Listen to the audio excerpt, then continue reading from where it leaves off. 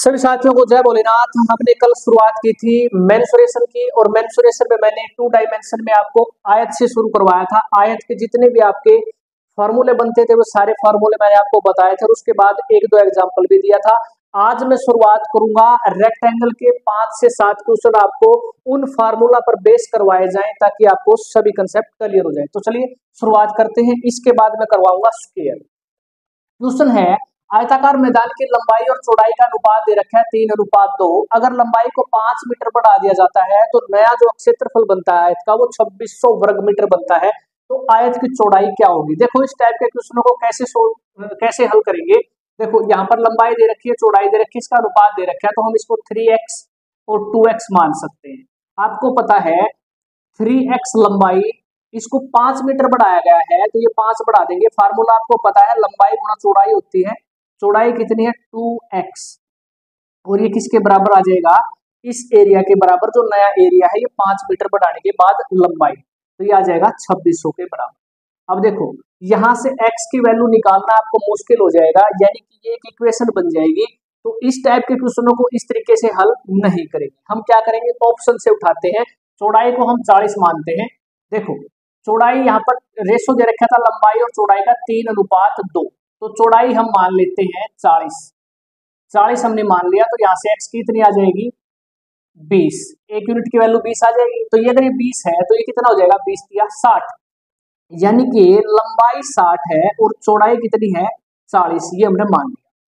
5 metre लंबाई बढ़ा दी जाती है, तो 5 मीटर अगर लंबाई बढ़ा देंगे तो ये हो जाएगा 65 मीटर लंबाई हो जाएगी। चौड़ाई इसकी कितनी है? 40। तो लंबाई गुणा चौड़ाई, जो नया क्षेत्रफल है वो 2600 वर्ग मीटर है, तो इसका जो मल्टीप्लीकेशन है वो कितना आना चाहिए? 2600, और इसको गुणा करते हैं तो कितना आता है? 2600। इसका मतलब हम कह सकते हैं जो राइट आंसर है ऑप्शन से उठाकर हमने निकाल दिया। हमने चौड़ाई को 40 मान लिया था और हमने आंसर निकाल दिया। इस इक्वेशन से हम बच जाएंगे अगर हम इस तरीके से क्वेश्चन को सॉर्ट आउट करते हैं। तो किसी आयत की लंबाई 24 सेंटीमीटर है जो कि एक वर्ग की लंबाई के बराबर है। वर्ग की लंबाई के बराबर, वर्ग की जो भुजा है वो भी 24 है और आयत की लंबाई भी 24 है। आयत का क्षेत्रफल वर्ग के क्षेत्रफल से 176 वर्ग सेंटीमीटर कम है, तो आयत की चौड़ाई क्या होगी? देखो इस क्वेश्चन को कैसे निकालेंगे। ये है वर्ग, मान लेते हैं ये वर्ग है, स्क्वायर है। इसकी जो लंबाई है ना तो इसकी भुजा के बराबर है, यानी कि ये भी 24 का है। एक भुजा इसकी 24 की है और वर्ग की सभी भुजाएं क्या होती है? बराबर होती है। तो ये सभी भुजाएं क्या हो जाएंगी? 24 सेंटीमीटर। तो यहां से हम वर्ग का क्षेत्रफल निकाल लेंगे। वर्ग का क्षेत्रफल क्या है? भुजा का स्क्वायर। भुजा कितनी है? 24, तो 24 का स्क्वायर कर देंगे तो इसका क्षेत्रफल आ जाएगा 576। ये 576 इस स्क्वायर, ये वर्ग का क्या आया है? क्षेत्रफल आया है, एरिया आया है। और जो आयत का एरिया है वो 176 वर्ग सेंटीमीटर कम है इससे, तो इसमें से क्या करेंगे? 176 वर्ग सेंटीमीटर कम कर देंगे तो ये आ जाएगा 400 वर्ग सेंटीमीटर। ये किसका एरिया आ जाएगा? ये आयत का एरिया आ जाएगा, आयत का क्षेत्रफल आ जाएगा। आयत का क्षेत्रफल कितना है? 400 वर्ग सेंटीमीटर। ठीक है, ये आ जाएगा। आयत की लंबाई 24 है, पता है हमें, तो चौड़ाई बतानी है। चौड़ाई क्या हो? आपको फार्मूला पता है, लंबाई गुणा चौड़ाई। लंबाई गुणा चौड़ाई ये होता है आयत का क्षेत्रफल, जो कि कितना आया है? 400 वर्ग सेंटीमीटर। आपको पता है लंबाई कितनी है? 24। चौड़ाई हमें निकालनी है तो इसको x मान लेते हैं, ये हो जाएगा बराबर में 400। तो x क्या आ जाएगा? 400 बटे में 24। 4 से काटेंगे तो ये आ जाएगा 4 छिका 24, तो ये आ जाएगा 16 सही 2/3 सेंटीमीटर। ये क्या आ जाएगी? इसकी आयत की चौड़ाई। इस तरीके से हम निकालेंगे उसको। ये एक आयताकार बगीचा है, ABCD मैंने मान लिया ABCD, और इस बगीचे की लंबाई जो है वो 200 मीटर है, चौड़ाई 180 मीटर है, और इसके बाहर की ओर एक रास्ता बनाया गया है 15 मीटर का, ये रास्ते की चौड़ाई है। और इस एरिया बताना है, इस बाहर बने रास्ते का एरिया कितना होगा। मैंने फार्मूला इसका करवा रखा है। इसका बाहर बने रास्ते का क्षेत्रफल कैसे निकालते हैं? वो निकालते हैं 2x इंटू लंबाई प्लस चौड़ाई प्लस 2x। x का मतलब मैंने क्या बताया था? रास्ते की चौड़ाई। x का मतलब क्या है? रास्ते की चौड़ाई। सारी जो है ना हमारे पास गिवन है, सारी की सारी स्टेटमेंट देखो।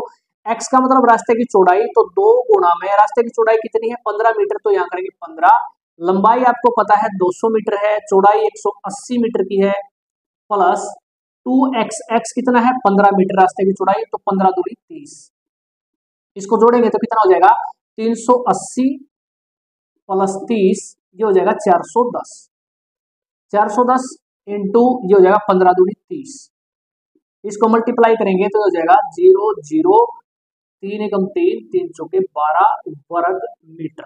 ये आ जाएगा आयताकार जो बगीचा है इसके बाहर जो ये रास्ता बनाया गया है इसका क्षेत्रफल आ जाएगा 12,300 वर्ग मीटर। अगला क्वेश्चन ऐसा भी पूछ सकता है, एक आयताकार बगीचे के अंदर बने रास्ते का, अंदर बने रास्ते का हम कैसे निकालते हैं, यहाँ पर सिर्फ क्या आ जाएगा माइनस का निशान आ जाएगा, अंदर बने रास्ते में यहाँ पर माइनस का, ठीक है। बाहर बनेगा तो रास्ता यहाँ पर क्या आ जाएगा प्लस। ये एक आयताकार मैदान है जिसकी लंबाई 100 मीटर है, चौड़ाई 50 मीटर की है, और रास्ते का जो क्षेत्रफल है इसके बीचों बीच एक रास्ता बनाया गया है, और इस रास्ते का जो एरिया है वो दे रखे है 1400 वर्ग मीटर का। तो रास्ते की चौड़ाई बतानी है क्या होगी, तो बीचों बीच बने रास्ते की जो रास्ते का क्षेत्रफल हम निकालते थे उसका फॉर्मूला क्या था, x इंटू लंबाई प्लस चौड़ाई माइनस x, ये होती थी आयताकार मैदान के बीचों बीच बने रास्ते का क्षेत्रफल ये, और ये किसके बराबर दे रखा है, ये 1400 दे रखा है, रास्ते का क्षेत्रफल 1400। x रास्ते की चौड़ाई है x, लंबाई कितनी है 100, चौड़ाई कितनी है 50, माइनस रास्ते की चौड़ाई ये आ जाएगी x is equal to 1400। x into 150 minus x is equal to 1400। अब देखो यहां से क्वेश्चन अगर हम इसको सोल्व करेंगे ना तो ये एक इक्वेशन बन जाएगी, और इक्वेशन बनने के बाद क्वेश्चन डिफिकल्ट हो जाएगा। इसका एक सॉल्यूशन क्या है, ऑप्शन से हम ट्राई करेंगे। ऑप्शन नंबर बी में देखो रास्ते की चौड़ाई 10 दे रखी है, यहाँ पर 10 पुट करके देखेंगे क्या ये 1400 के बराबर आता है।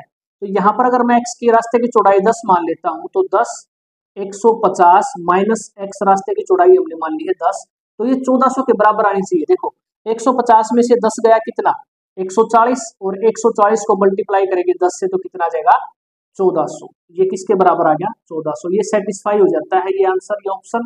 तो इसका मतलब रास्ते की जो चौड़ाई है वो कितनी है, वो 10 मीटर की। इस तरीके से आपने क्वेश्चन सोल्व करना है। इक्वेशन यहाँ पर बनती देखती हो तो उसका वहां पर आपने क्या कर लेना, ऑप्शन से ट्राई कर लेना, तो आपका आंसर निकल जाएगा।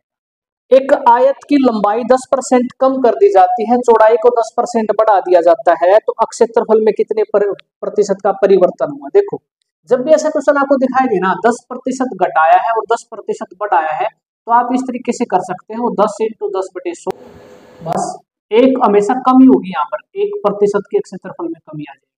यहाँ पर 20% यहाँ पर लंबाई कम कर दी और 20% यहाँ पर बढ़ा दी चौड़ाई को, तो क्या असर पड़ेगा, तो 20 गुणा में 20/100, तो हमेशा कमी होगी, तो 4% यहाँ पर क्या हो जाएगा, एरिया कम हो जाएगा आयत का। ठीक है, इसको निकालने का तरीका एक ये भी होता है, 10% का फ्रैक्शन होता है 1/10। लंबाई अगर 10 है तो 1 कम हो जाएगी, तो अब लंबाई हो जाएगी 9। चौड़ाई है 10% बढ़ाई जाती है, तो 10 से क्या हो जाएगी चौड़ाई 1 बढ़ा दी, तो ये हो जाएगी 11। दोनों तरफ मल्टीप्लाई करेंगे तो ये आ जाएगा, पहले एरिया 100 था अब 99 है, तो इसका मतलब कितना 1 कम आया है, पहले कितना था 100, तो कितने प्रतिशत की कमी आई है 1% की। इस तरीके से भी हम क्वेश्चन सोल्व कर सकते हैं।